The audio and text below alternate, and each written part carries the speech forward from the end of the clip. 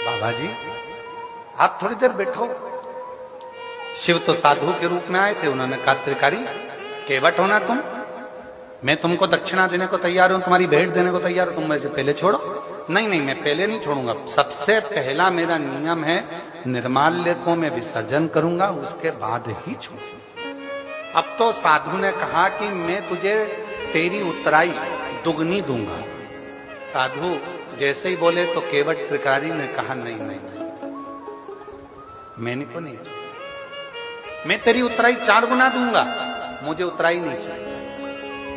मैं तेरी उत्तराई 50 गुना दूंगा, नहीं।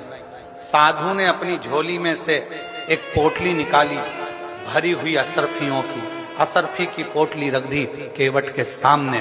त्रिकारी केवट ये ले असरफियों की पोटली और सबसे पहले मुझे उस पार छोड़ दे, बहुत जरूरी काम है, फिर तू तेरा काम करना।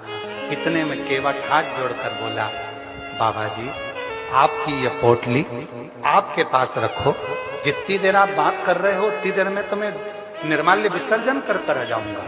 और त्रिकरारी दौड़ पड़ा, घाट का सारा निर्माल्य उठाकर नाव में रखा, बीच मझधार में पानी में वो छोड़ दिया।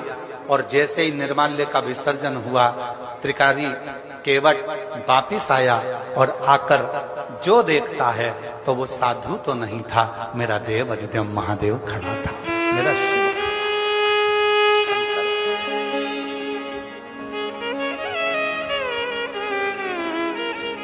कोई दूसरा नहीं था, वो मेरा शिव था, वो मेरा शंकर था। एक पत्र है, उस पत्र में एक भाई ने लिखा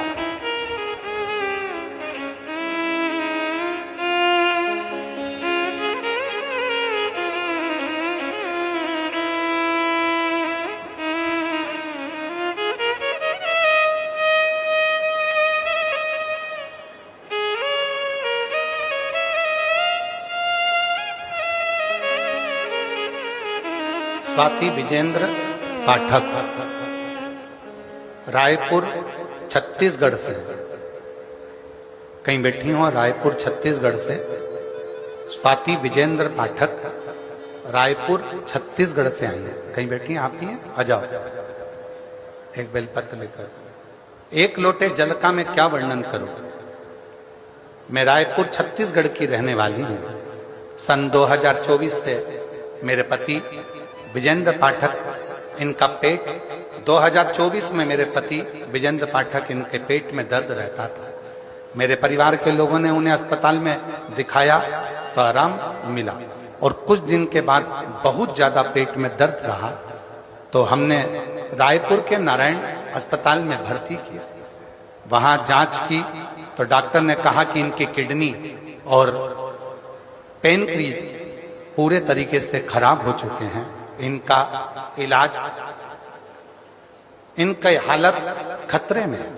फिर डॉक्टर ने कहा कि इनको वेंटिलेटर में रखना पड़ेगा। तब से 2 महीने तक वेंटिलेटर अच्छा होना, कथा सुन ले तुझे जरूर उसका लाभ मिलेगा। गुरुदेव पति वेंटिलेटर पर पड़ा, मन कथा में कैसे लगे।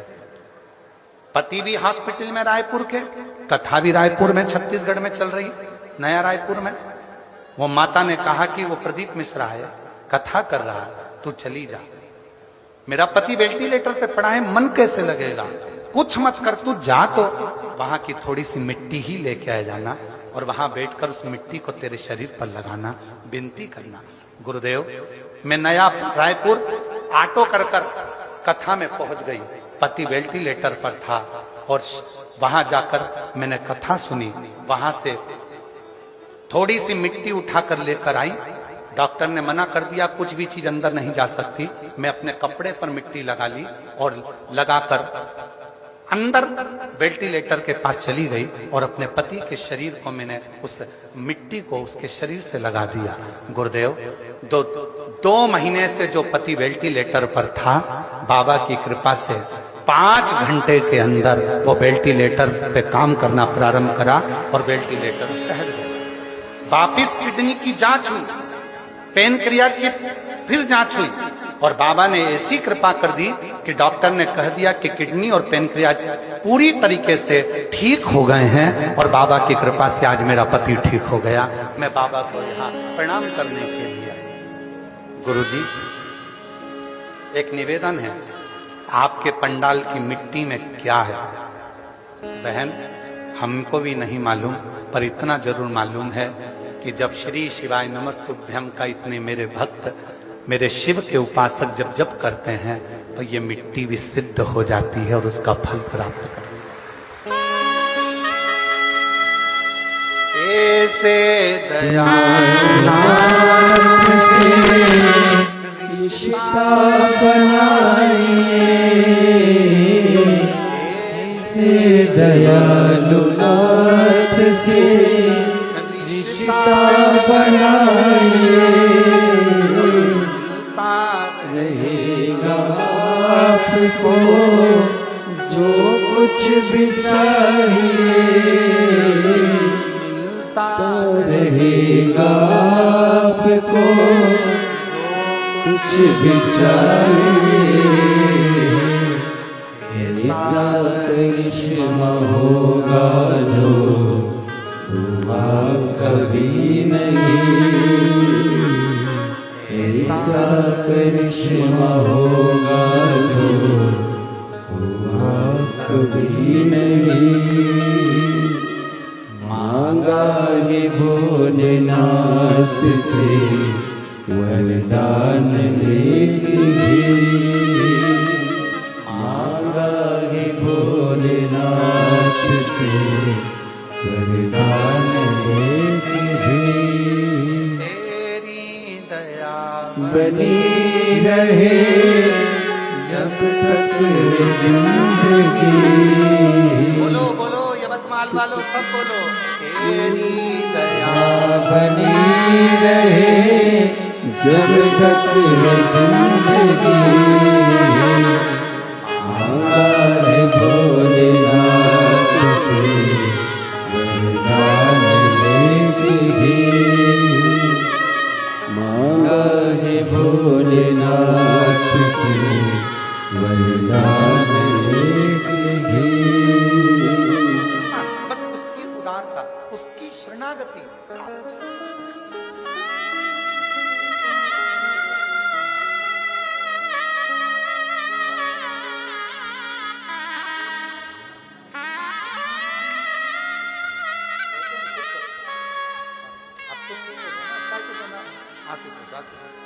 उनको भी देना चाहिए।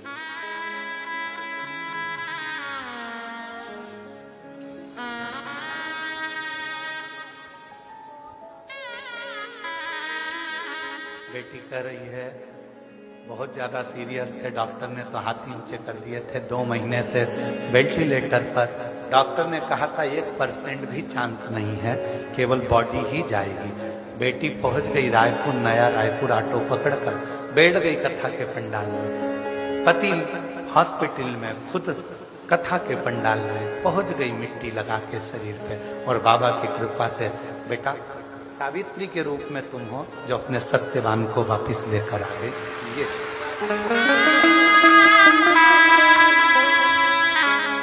दीदी कह रही है कि उसने मंदिर नहीं छोड़ा गुरुजी, लगी रही।